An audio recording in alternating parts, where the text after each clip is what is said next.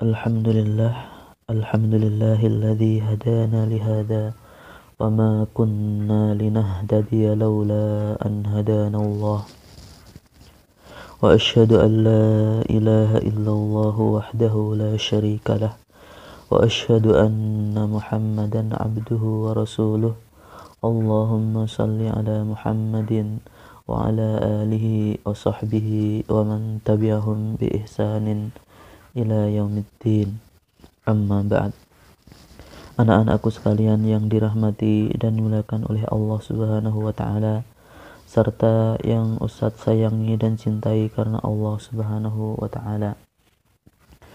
Alhamdulillah, kita pada pertemuan kali ini insya Allah mulai masuk pada matan atau isi kitab yang ditulis oleh Syekh Muhammad At-Tamimi rahimahullahu ta'ala, atau buku kalian pendidikan tauhid kelas 5. Berkata Syekh Muhammad bin Abdul Wahhab rahimahullahu ta'ala, yang kalau di buku kalian tidak dituliskan ya, makanya Ustadz di sini akan jelaskan. Jadi beliau ketika menulis kitabnya tersebut, kitab Usul Ats-Tsalatsah, itu beliau memulai dengan Bismillahirrahmanirrahim. Nanti bisa ditulis sendiri karena di buku kalian tidak dituliskan Bismillahirrahmanirrahim di bagian matan yang pertama di halaman 12. Anak-anakku sekalian yang dirahmati dan dimuliakan oleh Allah Subhanahu wa taala, beliau mengatakan Bismillahirrahmanirrahim. I'lam rahimakallah annahu yajibu alaina ta'allumu arba'i masail. Bismillahirrahmanirrahim, dengan menyebut nama Allah Ar-Rahman yang Maha Pengasih, Ar-Rahim lagi Maha Penyayang. I'lam, ketahuilah, rahimakallah, semoga Allah memberikan rahmat kepadamu, annahu yajibu alaina ta'allumu arba'i masail, bahwasanya wajib bagi kita untuk mempelajari 4 perkara. Anak-anakku sekalian yang dirahmati dan dimuliakan oleh Allah Subhanahu wa taala, Ustadz tidak akan langsung masuk pada kewajiban 4 perkara tersebut karena nanti insya Allah pada waktu yang lain akan Ustadz jelaskan. Pada pertemuan kali ini Ustadz hanya akan menjelaskan mengenai keutamaan dan makna basmalah, kemudian nanti mungkin kita lanjutkan makna i'lam atau rahimakallah. Bismillahirrahmanirrahim, ini namanya adalah lafaz basmalah. Kalau kita melihat tulisan-tulisan atau kitab-kitab para ulama, termasuk para ustadz-ustadz kita, maka mereka membiasakan memulai tulisan-tulisan mereka atau karangan-karangan mereka dengan lafaz basmalah. Kenapa demikian? Anak-anakku sekalian yang dirahmati dan dimuliakan oleh Allah Subhanahu wa taala, kalau kita mau meneliti, mau menelusuri dalil-dalil Al-Quran maupun As-Sunnah atau hadis, maka kita ternyata akan kita dapatkan juga di dalam dalil-dalil tersebut. Dalam Al-Quran contohnya, setiap surat pasti akan diawali dengan basmalah. Demikian pula Rasulullah Shallallahu Alaihi Wasallam dalam tulisan beliau atau surat menyurat beliau kepada para raja, maka beliau memulainya dengan basmalah. Maka tujuan kita atau tujuan para ulama, para ustadz ketika mereka memulai tulisan mereka dengan basmalah adalah untuk mencontoh kitabullah, mencontoh Al-Quran. Karena setiap surat yang ada dalam Al-Quran, kecuali satu surat saja, yaitu surat At-Taubah, itu pasti diawali dengan basmalah.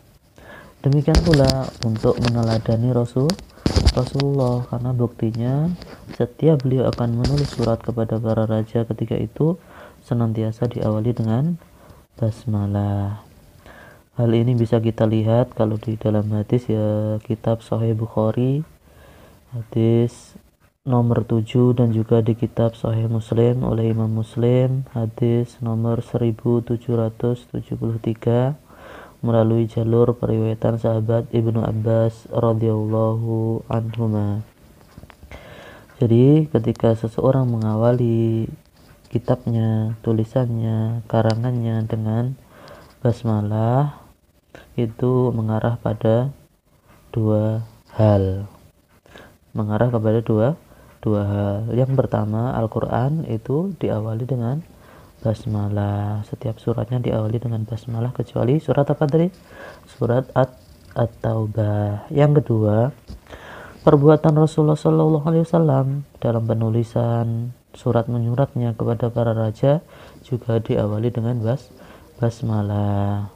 Jadi ketika seorang mengawali dengan basmalah itu justru mengikuti syariat, karena dalam Al-Quran maupun dalam hadis-hadis Rasulullah ketika beliau surat menyurat kepada para raja diawali dengan basmalah. Anak-anakku sekalian yang dirahmati dan dimuliakan oleh Allah Subhanahu wa ta'ala, sekarang kita membahas sekilas makna dan keutamaan lafaz basmalah. Memulai segala sesuatu yang baik dengan basmalah berarti akan mendapatkan keberkahan dari segala aktivitas atau kegiatannya tersebut. Maka hendaknya kita sebagai seorang muslim, wahai anak-anakku sekalian, untuk senantiasa mengawali segala kegiatan atau aktivitas kebaikan dalam keseharian kita dengan lafaz basmalah. Ucapan bismillah. Bismillah artinya apa? Dengan nama Allah. Nama Allah maksudnya di sini adalah seluruh nama-nama dari nama-nama Allah Ta'ala, karena Allah Subhanahu wa Ta'ala memiliki Asmaul Husna, nama-nama yang maha indah, yang masing-masing dari nama tersebut mengandung sifat yang maha tinggi, maha indah, dan juga maha luhur. Kemudian anak-anakku sekalian yang dirahmati dan dimuliakan oleh Allah Subhanahu wa ta'ala, lafdzul jalalah Allah atau lafaz Allah itu namanya lafdzul jalalah. Ini juga merupakan salah satu nama Allah. Dan nama Allah itu adalah nama yang khusus disandang oleh Allah Subhanahu wa ta'ala, dan tidak boleh seorang makhluk pun memiliki nama dengan nama tersebut. Ada orang lahir misalkan, kemudian yang lahir tadi itu diberi nama Allah, maka yang seperti itu tidak boleh, karena nama Allah itu adalah nama khusus yang dimiliki dan disandang oleh Allah, hanya boleh dipakai oleh Allah saja, tidak boleh dipakai oleh makhluknya. Adapun Allah, makna Allah, nanti ini dicatat ya, Allah itu apa sih artinya gitu. Allah artinya adalah zat yang berhak disembah dengan penuh kecintaan dan pengagungan. Ustadz ulangi sekali lagi. Allah maknanya atau artinya adalah zat yang berhak disembah dengan penuh kecintaan dan pengagungan.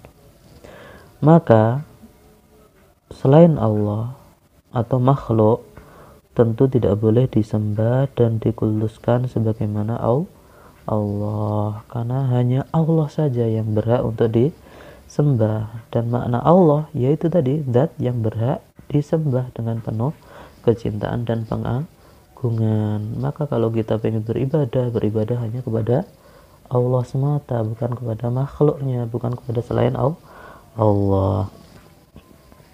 Anak-anakku sekalian yang dirahmati dan dimuliakan oleh Allah Subhanahu wa taala. Adapun lafaz Ar-Rahman tadi kan Bismillahirrahman. Lafaz Ar-Rahman. Ar-Rahman juga salah satu nama Allah yang juga khusus disandang oleh Allah, tidak boleh dipakai oleh makhluk kecuali ditambah Abdun di awalnya, Abdurrahman boleh. Tapi kalau ada makhluk dikasih nama Ar-Rahman maka tidak boleh, karena Ar-Rahman merupakan nama Allah yang khusus boleh dipakai oleh Allah semata. Adapun maknanya atau arti Ar-Rahman dicatat, Ar-Rahman artinya zat yang memiliki kasih sayang yang luas. Ar-Rahman artinya adalah zat yang memiliki kasih sayang yang luas.